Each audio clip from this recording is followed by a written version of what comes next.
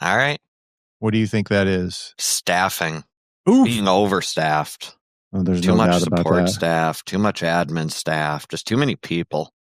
You guys have too many people. I mean, this sounds terrible, but look, I mean, every single day we get profit and loss statements from practice owners, and every single day we look at the line item of wages and and not necessarily benefits, because I think you need to have some good benefits for your people. You should take care of your people, right? Yeah. But it is the staff pay that is at 70, 75, 65% of your revenue. Yep. That is just too high.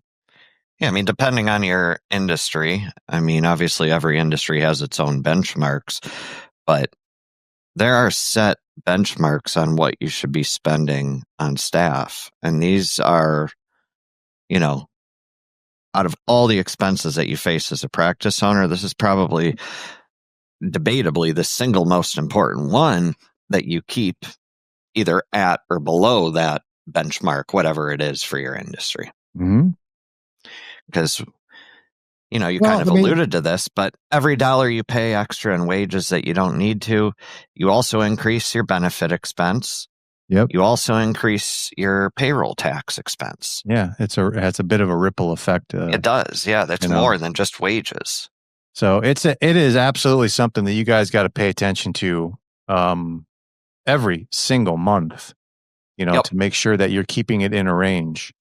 And it's going to vary from industry to industry. I think in PT, we used to try to keep it at 50%. Now I think we're happy at 55 or 60%, to be honest with you. Yep. But if you guys get over that, I mean, it's very difficult to make a profit. I think in veterinarian, it's like probably maybe 45% when you include doctor pay. Yeah, 40 to 45. 45 when you consider your doctor pay. Some of the other industries are pretty similar to that in terms of those ranges. But you got to pay attention to it. I have to. And I'm not sure that another way to look at it would just be to look at the revenue per employee. I mean, which is basically just take how many full-time employees you have, divide it in your revenue, and that'll tell you like how much you're getting per employee. And if that number is not, I mean, I've heard people say it has to be at least 200,000 per employee, to make sense. Really? Yeah. Yeah. I don't know those benchmarks off the top of my head for each industry, but it's a very good point. So you start looking at these things and this happened right before 2020 happened, where so many people were overstaffed.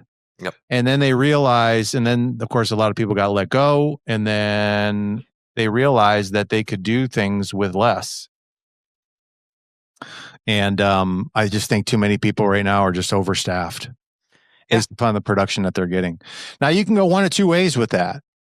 You can get rid of people, or you can track their production so that they are producing what needs to be produced, so that they warrant being on your staff. Yeah. I mean, that's the two ways you can handle that right there. Yeah, you either need more money or less expense. I mean, it's not. Yeah, I can't. It's really that simple at the end of the day. Can't break it down any more than that. You have to make sure that you're getting production out of your people, and if you can't quantify it, I mean, that's an issue. But the easiest way to quantify is just, like I said, take your number of employees, divide it into your revenue, and try to keep it at a level that allows you to stay profitable. And if it's not, then you're not getting production from some of your staff as you should. Yeah. And this, I mean, I'm going to say something else. This isn't really related to what you just said, but it just popped in my head.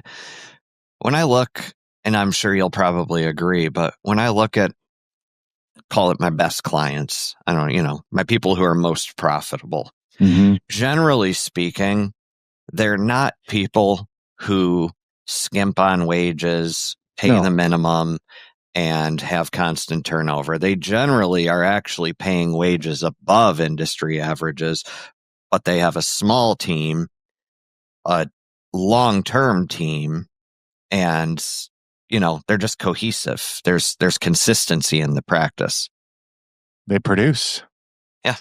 Yeah, they must produce. So you don't need to have a ginormous team to be profitable. You just have to make sure that you have people that know their jobs and that are working. Yeah. And if you're doing a fairly good job as a executive and putting people in the right place and they know what they're supposed to be doing and they have a stat, it shouldn't be an issue. But right now I think people are way overstaffed. Yep. Apparently.